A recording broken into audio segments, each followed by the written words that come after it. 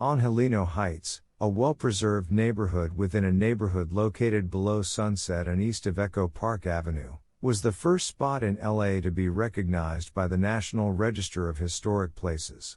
The honor was bestowed in large part to the high concentration of immaculately restored Victorians on Carroll Avenue.